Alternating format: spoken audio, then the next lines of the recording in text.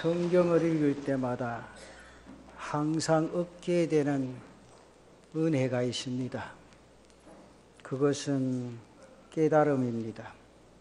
성경을 읽을 때마다, 말씀을 준비할 때마다 저는 말씀에 비춰진 제 모습을 한번 바라보면서 깨달을 때가 많습니다.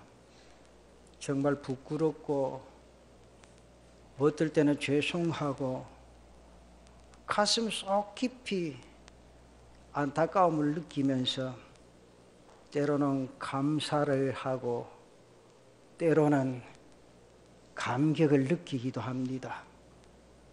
오늘도 저는 말씀 속에 나타나는 이 사도 바울의 모습을 거울 삼아서 제 자신을 비추어 보며 말씀을 드리려고 합니다.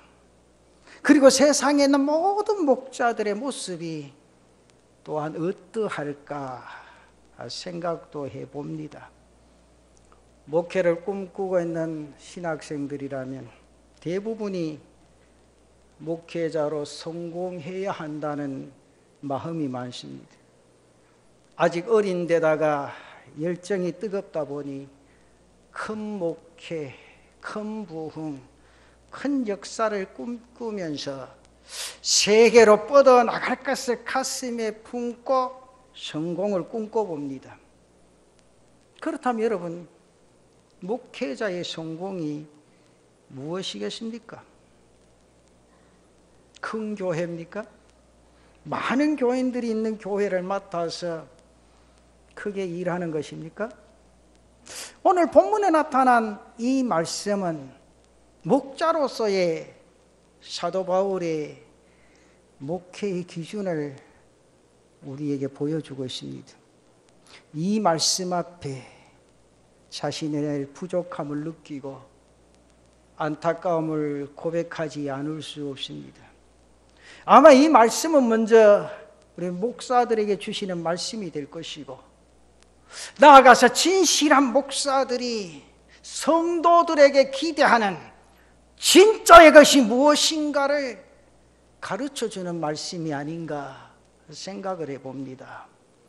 이 말씀을 증거할 때 저도 여러분들도 은혜 받는 시간 되어지고 이제 더 뜨겁게 기도하고 서로를 돌볼 수 있는 귀한 시간 되시기를 바랍니다.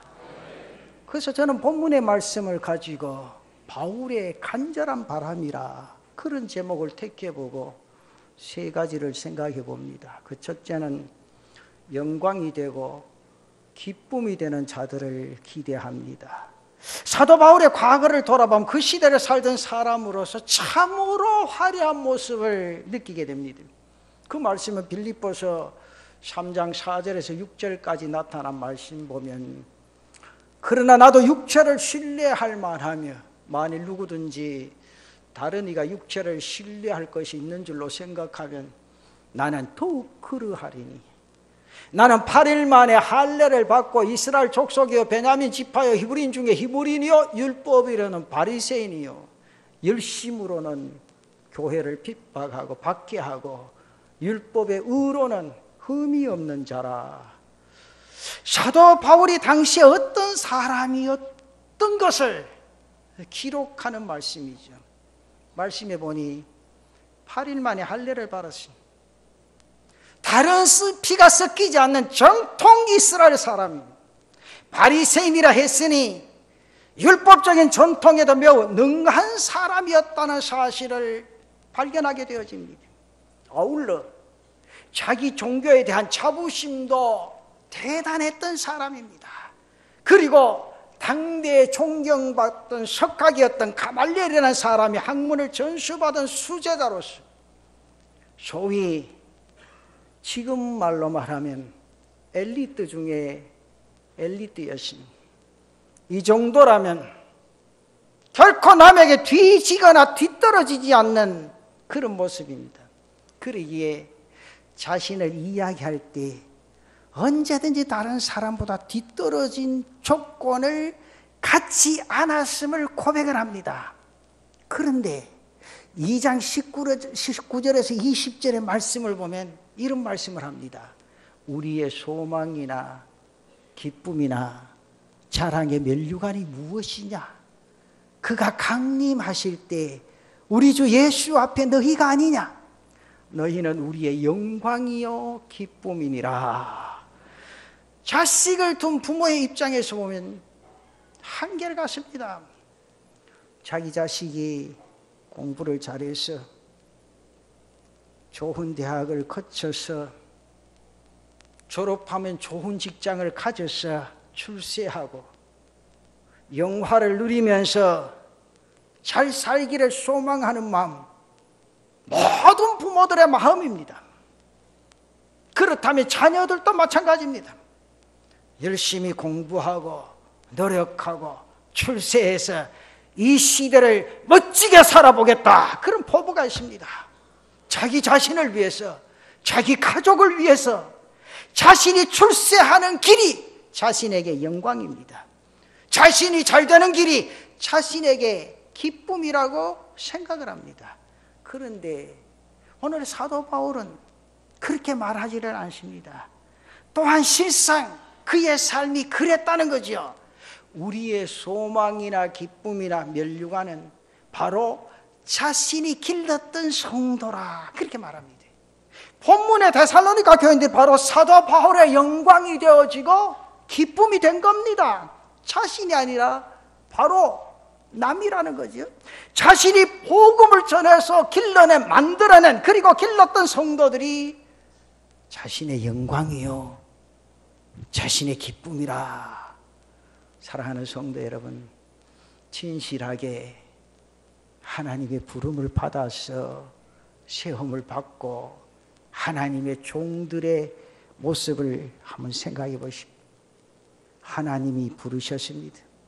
당신의 양들을 치라고 명령하셨습니다. 또 이끌어 주셨습니다. 그래서 목양의 현장에서 하나님께서 맡겨주신 일을 묵묵히 감당도 해봅니다.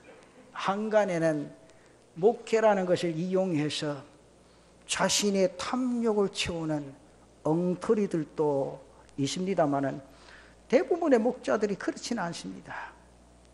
성도들을 위해서 기도하고 성도들이 잘 되는 모습 바라보고 기뻐하고, 그리고 성도들이 앞으로 나아갈 때 이 땅 위의 인생의 삶을 승리하게 살기를 바라고 원하는 마음입니다. 그래서 양들을 위해 목숨까지 바치고 살았으면 좋겠다, 그런 마음을 가져봅니다. 이것이 바로 참 목자의 길이 아니겠는가. 진실한 목자의 모습은 똑같은 줄 압니다. 목양의 현장에서 양들을 위해 살고 돌보고 이끌어가는 것이 온통 머릿속에 쌓여져 있습니다. 자신의 영광이나 기쁨을 위해서가 아니라는 말이죠. 그래서 성경 요한 3서 3절과 4절에 보면 형제들이 와서 내게 있는 진리를 증언하리. 네가 진리 안에서 행한다니 내가 심히 기뻐하노라. 내가 내 자녀들이 진리 안에서 행한담을 듣는 것보다 더 기쁜 일이 없도다. 성도들이 진리 안에서 증거하고 진리 안에서 행하고 진리 안에서 살아가는 그 소식을 듣는 것보다 더 큰 즐거움이 없다고 바울이 말을 합니다. 고백을 하고 있습니다. 바울의 가장 큰 소망, 바울의 가장 큰 기쁨은 성도들이 믿음 안에서 든든히 서가면 믿음으로 삶을 살아가는 그 모습을 보는 겁니다. 여러분들도 이런 삶을 살아갈 수 있는 은혜가 있기를 바랍니다. 우리가 살아가고 있는 이 시대는 분명히 신앙 지키기가 어렵고 말씀대로 살기가 힘든 시대입니다. 문명은 날로 발전해 가지만 믿음을 지키기란 점점 어려운 시대입니다. 하지만 여러분은 주님 보시기에 잘했다 칭찬 듣는 우리 남부민 중앙재단의 성도들 되시기를 바랍니다.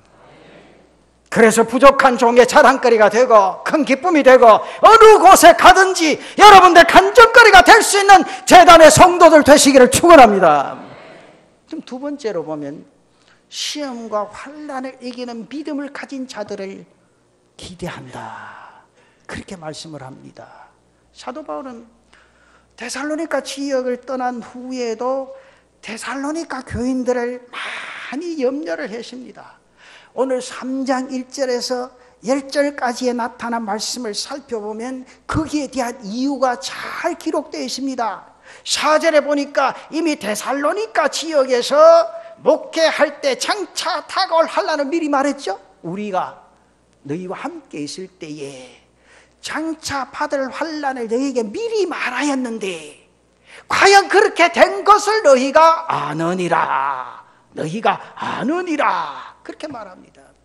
그러기에 사도 바울은 이제 닥쳐올 환난 속에서 교인들이 방황하거나 실족하거나 어려움을 당해서 주저하지 않을까 염려가 밀려오게 됐다 그 말이죠. 그래서 데살로니가 교회의 교인들의 믿음의 상태를 확인하기 위해서 누구를 보냈다는 거예요? 디모데를 보냅니다. 그랬더니 아주 좋은 소식이 온 겁니다. 오늘 6절 말씀에 지금은 디모데가 너희에게로부터 왔어. 너희 믿음과 사랑의 깊은 소식을 우리에게 전하고 또 너희가 항상 우리를 잘 생각하여 우리가 너희를 간절히 보고자 함과 같이 너희도 우리를 간절히 보고자 한다. 그렇게 말합니다. 그랬더니 7절 말씀에 또 이렇게 말합니다. 이러므로 형제들아 우리가 모든 궁핍과 환난 가운데서 너희 믿음으로 말미암아 너희에게 위로를 받았노라. 너희 믿음으로 말미암아 너희에게 위로를 받았노라. 세상 것이 아니요 믿음으로 말미암아 위로를 받았노라. 참 귀한 말씀입니다. 그러면 사도 바울의 고백을 한번 보실까요? 9절에 뭐라고 말합니까? 우리 하나님 앞에서 너희로 말미암아 모든 기쁨으로 기뻐하니 너희를 위하여 능히 어떠한 감사로 하나님께 보답할꼬. 사랑하는 성도 여러분, 시험과 환난을 믿음으로 이기는 종들의 모습을 보면서 사도 바울이 이렇게 기뻐하고 좋아했다는 거지요. 이것이 바로 주님의 마음입니다. 오늘날 또 교회를 섬기면서 양무리들을 길러내는 목자의 마음입니다. 사랑하는 성도 여러분, 내게 환난이 다가옵니다. 시험이 있습니다. 그러나 믿음으로 이기는 성도들 되시기를 축원합니다. 이게 중요하다는 거예요. 우리가 살아가는데 왜 어려움이 없어요? 왜 답답함이 없어요? 왜 괴로움이 없어요? 있습니다. 우리를 사기치고 등치고 정말 망가뜨리는 사람들이 주위에 어마어마하게 많다고요. 그러나 흔들리지 맙시다. 주님이 여러분들 등 뒤에 계십니다. 밀어주십니다.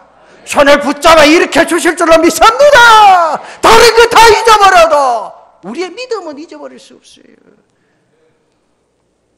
반면에 목회자들에게 가장 슬픈 일이 있습니다. 사랑하는 성도가 하나님의 부르심을 받고 헤어지고 장례식을 준비할 때 여러분 목사가 그냥 막 뛰쳐나가는 것 같지요. 어떨 때 밤을 새워가면서 괴로워할 때가 있습니다. 어떠한 말씀이 가족에게 위로가 될까? 어떠한 말씀이 자녀들이 믿음을 든든히 세울 수 있을까? 그렇게 괴로워할 때가 많고 목사 자신도 마음이 슬플 때가 많아요. 그러나 그것은 가장 슬픈 일은 아닙니다. 어떻게 보면 육신의 고통을 벗어버리고 영광이 빛나는 주님의 나라에 거하실 것이기 때문에 이 다음에 나도 천국에 가서 거기서 만날 수 있기 때문에 위로를 받고 새 힘을 얻을 때가 많습니다. 남이 목사들에게 욕을 하고 못된 짓을 할 때도 슬플 때가 있습니다. 그러나 그것도 가장 슬픈 일은 될 수가 없습니다. 가장 슬픈 일은 사랑하는 양머리들이 영적인 고통을 당할 때, 아니 고통을 당하면서도 일어서지를 못할 때, 일어설 줄을 모를 때, 실족하여 세상으로 다시 나가버리는 것을 볼 때 밤잠을 설치지요. 눈물을 쏟습니다. 지난번에도 우리 교회 참 아끼는 딸이요, 아끼는 가정이에요. 많은 성도들이 목사님 그냥 둬서 되겠습니까? 목사의 마음만큼 더 답답한 사람이 있어요? 없어요. 하나님 붙잡아 주십시오. 건져 주십시오. 저 가정이 얼마나 믿음으로 살려고 노력했습니까? 주의 유혹 때문에 잠시 잠깐입니다. 하나님 한 번만 도와주시면 제단의 기둥 같은 일꾼 될 터인데 어떻게 하면 좋겠습니까? 언젠가는 하나님이 다시 세워주실 줄로 믿습니다. 그래서 제단에서 주여 하고 기도할 때면 두 눈에서 눈물이 흐를 듯이, 참 그때의 괴로움은 주님만이 아시지요. 이런 모습 속에 목자의 마음에 병을 얻기도 합니다. 괜히 그렇게 된 일이 목자의 능력이 부족한 탓이라는 생각이 들 때면 너무너무 죄송하고 하나님 앞에 황송한 마음이 듭니다. 사랑하는 성도 여러분, 하나님 맡겨주신 양무들을 위해 더욱 노력하고 더욱 힘쓰는 종이 될 수 있도록 여러분 기도해 주시기를 바랍니다. 저도 잘 기르려고 애를 써보겠습니다. 더 좋은 꼴을 먹이기 위해서 노력해 보겠습니다. 맑은 물가로 인도하기를 힘쓰려고 합니다. 그 부탁을 드리면서 격려 드리기는 좋을 때에는 감사하고 어떤 순간에도 이기는 믿음, 그래서 땅 위의 인생의 삶의 어려움과 연단의 때에도 큰 믿음으로 승리하는 제단의 성도들이 되시기를 바랍니다. 우리 제단의 성도들은 말씀에 붙어있는 성도들 되시기를 바랍니다. 승리하는 성도들 되시기를 축원합니다. 날마다 그런 모습을 기대하고 그런 모습을 보면서 우리 모두가 다 손잡고 하나님 앞에 영광 돌리며 땅 위의 인생의 삶을 달려가는 저와 여러분들 되시기를 바랍니다. 그리고 세 번째 마지막 결론입니다.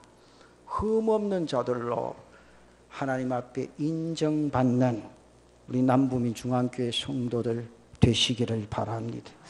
데살로니가 전서를 통해서 두 번 정도 이런 문장이 나오죠. 오늘 본문 3장 13절에 보면 너희 마음을 굳건하게 하시고 우리 주 예수께서 그의 모든 성도와 함께 강림하실 때에 하나님 우리 아버지 앞에서 거룩함에 흠이 없게 하시기를 원하노라. 그러면서 5장 23절에 보면 평강의 하나님이 친히 너희를 온전히 거룩하게 하시고 또 너희 온 영과 혼과 몸이 우리 주 예수 그리스도께서 강림하실 때에 흠없게 보존되기를 원하노라 그랬습니다. 사도 바울은 이제 데살로니가에 있는 모든 성도들이 이러한 믿음의 선한 싸움의 과정 속에서 낙심하지 않고 주저앉거나 상처받지 아니하고 끝까지 주님 오실 때까지 온전하게 보존되기를 원한다, 소망한다, 그렇게 표현을 했습니다. 쉽게 한번 예를 한번 들어봅시다. 이제 출세기 다음 주에 저는요 명절이 주일날이 얼마나 좋은지 몰라. 목사에게 어디 안 가도 되고 참 얼마나 감사한지 몰라요. 맨날 내가 그 달력 만들어 가면 출석날은 주일날, 설날도 주일날 느낀데 이제 가수원에 과일을 많이 따잖아요. 가수원 주인이 농사를 마감하고 열매를 따는 수확의 계절입니다. 여러분 이 수확의 계절에, 수확의 철에 농부들이 기대하는 게 무엇이겠습니까? 썩은 열매겠습니까? 작은 열매겠습니까? 맛없는 열매겠습니까? 시장에 나가 팔 때에 상품 가치 없는 열매를 원하겠습니까? 생각해 보세요. 이제 총회에 갔더니 옆에 계시는 장로님, 목사님, 제가 농사를 짓는데요. 예, 장로님, 원래 과일이 잘 됐어요. 예, 날씨가 받쳐줬지요. 예, 내가 옆에다 하나님의 은혜입니다. 아멘. 아멘. 다 하나님 도우십니다. 아멘. 내보고 하는 말이 목사님 교회 가시거든 우리 가수원에 사과 좀 팔아주이소. 그 내가 그 장로님 보고 장로님 나는 장사구야입니다. 그때 하는 말이 죄송합니다. 옆에 있는 목사님한테 팔아달라고 사과부터 뭐 무지하게 가던데 목사님 처음부터 안 된다 합니까? 그래 안 됩니다. 우리 교인들이 마음 놓고 사야지 그거 갖다 놓고 목사가 강제적으로 사과로 하면 되겠습니까? 그건 안 되지요. 그래서 내가 그때 마음은 농부가 1년 동안 얼마나 더웠어요. 참 비도 안 올 때 물 퍼가지고 나무 한 나무마다 물 갖다 붓고 근데 내가 그랬어요. 장로님한테 장로님 그 고생이 장로님 결실인데 그 노래가 안 했으면 되겠습니까? 네 그랬어요. 그 과일이 탐스럽게 열리는데 장마대가 비와보시오. 과일 맛이 있는가? 그거보다 내가 열심히 지금 이래 보니 얼마나 좋습니까? 그때 그 장로님 목사님 말씀입니다. 참 그가 장로인데도요. 장로 한 지가 뭐 38년 됐다 하다 나보고 38년 됐는데도 원래같이 가무있게 원망이 나오더래요. 하나님 내가 과일 따서 내 다 몰락합니까? 11조도 내야 되고 목사님도 섬겨야 되고 주의 지휘를 해야 되는데 왜 이렇게 비도 안 옵니까? 자기 그런 기도를 몇 번 했대요. 그래서 내가 하는 말이 장로님 기도도 그래 해서 안 됩니다. 하나님이 분명히 생각이 있으시고 하나님 뜻이 있는데 기도를 그대가 되고 목사님 내가 회개를 많이 했습니다. 언제 회개했습니까? 가수원에 가서 딱 하나 빨갛게 사과를 이겼는데 딱 따서 그래서 농부의 걱정이 뭐겠어요? 있기는 잘 익었는데 맛없으면 어쩔고 딱 먹고 딱 입에 넣었는데 어이구 목사님 당도가 보통 같지도 않아요. 근데 내가 하는 말이 다 주의 은혜요. 성경에 보면 합력하여 선을 이루신다 했는데 그렇잖아요. 여러분 우리가 이 땅 위에 인생의 삶을 살아가면 좋은 일만 있을 수 없어요. 뭐 목사라고 맨날 좋은 줄 알아요? 아니요. 목사도요 쉽게 안 먹고 두 끼만 먹어서 배가 희죽하고 허리 뛰고 막 돈다. 그것도 맛있다고 많이 먹으면 배가 불러가 고통이다. 그것도 다 똑같아요. 내가 하나님이 역사하시는 그 역사를 믿음의 눈으로 바라보고 순종하면 내 인생의 삶의 은혜라 그 말이죠. 우리 교회 뭐 고기 잡수신 분도 계시는데 여러분 어부가 고기를 잡는데 건실하고 맛있고 큰 고기보다 몸에 흠이 나고 작고 별 볼일 없는 그런 생선 잡기를 원하는 어부가 있습니까? 한 사람도 없습니다. 사도 바울이 바로 하나님 앞에서 맡겨주신 영혼들을 결실하게 될 때에 아마 이런 마음으로 하나님 앞에서 인정받게 되기를 간절히 원할 거예요. 내게 맡겨주신 영혼들은 한결같이 건강하고 잘 자라고 온전해져서 이제 천국 시장에서 내놓으려고 물건을 보시는 하나님 앞에서 과연 농사가 잘 됐구나 인정받을 수 있도록 해야겠다는 마음으로 이 말씀을 기록했지 않겠는가 그 말이에요. 하나님의 저울에 달아봤을 때 무게가 미달되지 아니하는 영혼들, 하나님의 시각으로 보셨을 때 천국 시장에서 경쟁력 있는 건실한 영혼들, 하나님 마음으로 보셨을 때 정말 내 마음에 꼭 든다, 진짜 합당하다, 그렇게 나타나는 우리 성도들 되시기를 바랍니다. 그리고 이 일에 충실하게 수고하면서 애를 쓴 당신의 종들에게 축복하시고 하나님 위로해 주실 줄로 믿습니다. 부끄러운 사역이 아닌 적은 무리의 영혼을 맡아서도 그 영혼이 잘 자라서를 인정하실 때에 목자의 음성, 그 마음은 엄청나게 감격 속에, 기쁨 속에, 행복 속에 젖어든다 그 말이요. 그게 믿음으로 사이소. 정말로요. 탈선하면 안 돼요. 여러분 기차가 가는데 바퀴 하나만 탈선해도 온 기차가 달리지 못해. 우리 여기 예배하는 영혼들 가운데 한 영혼도 탈선해버리면 목회자의 마음은 뼈를 깎는 아픔이 있다고 말이에요.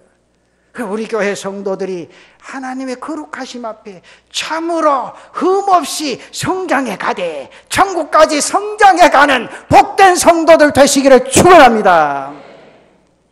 돈 많은 부자들이 많다는 거 자랑하지 않습니다. 지식 있는 성도들이 많은 지적인 교회도 자랑하지 않습니다. 세상의 명예를 고루 갖춘 성도들이 많다는 것도 자랑하지 않습니다. 정말 생활이 힘들고 어려운 성도, 밑바닥 생활하는 교인들이 많다고 비관하지도 않습니다. 세상적인 학문의 기준으로 볼 때 미숙한 사람도 무식한 사람이 있다고 슬퍼하실 필요도 없습니다. 저는 그렇게 생각합니다. 우리의 가슴 속에 십자가의 은혜가 있고 예수님의 사랑을 받고 성령님과 동행하고 아름다운 천국의 축복을 잘 배우고 따라가면서 받아 누리는 성도들을 하나님이 사랑하시고 목자들 그들에게 복을 빌 수 있는 은혜가 있는 줄로 믿습니다. 그로 인한 기쁨이 우리에게 있다 그 말이요. 저의 행복이 거기에 있습니다. 그렇게 삽시다. 저는 요새 가는 데마다 날 보고 하는 말이 있어요. 혼자 살 낀가. 그래서 내가 이번에도 목사님 그러길래 니 올 때 둘이 왔나? 그러니까 혼자 왔지요. 그래 혼자 살다 혼자 간다. 나 둘이 잘 살아봐라. 그 하는 말이 사람의 마음은 갈대가 같아서 오늘 이 가다가 내일 갈도 모른다. 그럴 때 우리 목사는 안 간다 카디 그런 말 하지 마라. 나는 내 마음도 몰라. 여러분 마음 압니까? 저는요 다른 거 다 알아도 내 마음 몰라. 하루도 수십 번 바꿔. 아침에 이랬다, 낮에 이랬다, 저녁에 이랬다. 아이고 주여, 주님 이래도 붙드시고 종으로 사용하시는갑다. 주님 아니면 어째 살겠노? 그렇죠? 그래서 주님이 나를 딱 붙들고 계신다는 사실 생각하면 세상에 나보다 행복한 사람도 어디 있어요? 기분 나빠요? 저는 그래 살아요. 후배 목사가 되고 있는 큰 교회 담임하는 목사라고 하는 말. 김 목사님 그렇게 댕기다 늘 즐겁습니까? 즐겁지. 하나님은 인생을 즐겁게 살도록 만들어 주셨어. 어떻게 그렇게 패기 있게 달립니까? 그거는 네 노력이다. 너는 나이도 아직 내보다 10살이 어린 게 왜 삐찍삐찍하고 도로 댕기노? 다리에 힘 좀 넣어봐. 웃자만 됩니까? 애를 써. 움직여 좀. 집에서도 앉았지 말고. 말씀 준비하는 외에는 서서 해라. 성경도 서서 읽어봐라. 얼마나 운동이 되는 거. 서서 읽는다고 하나님 뭐라 갑니까? 여러분 설거지 할 때 앉아서 합니까? 서서 하지. 사람은요 움직여야 돼요. 그리고 여러분 연세 드신 분 이해를 하셔. 내가 엘리베이터 타면 내가 엄청 버럭해요. 왜? 사랑하기 때문에. 여러분 다른 아프신 분이요 그래야 됩니다. 의사한테 가서 다 물어보이소. 안 그러면 굳어버려요. 움직여야 된다니까. 이런 건 아멘 안 한다. 목사는 아무리 개발 안 하네 엘리베이터 타고 올라온다. 여러분 내 몸은 내가 챙겨야 되지. 여러분을 위해서 내가 못 챙겨줘요. 여기 앉았지만 깨꼬리 같은 소리로 찬양해도 여러분 남편들이 여러분들 목소리 못 지켜줘. 그렇잖아. 내가 움직여야 돼. 힘쓰이소. 노력하이소. 내가 건강해야 주의 일에 쓰임받게 될 줄로 믿습니다. 우리 모두가 다 영과 육이 간간해서 저 천국을 향하여 힘차게 달려가는 제단의 성도들 되시기를 축원합니다.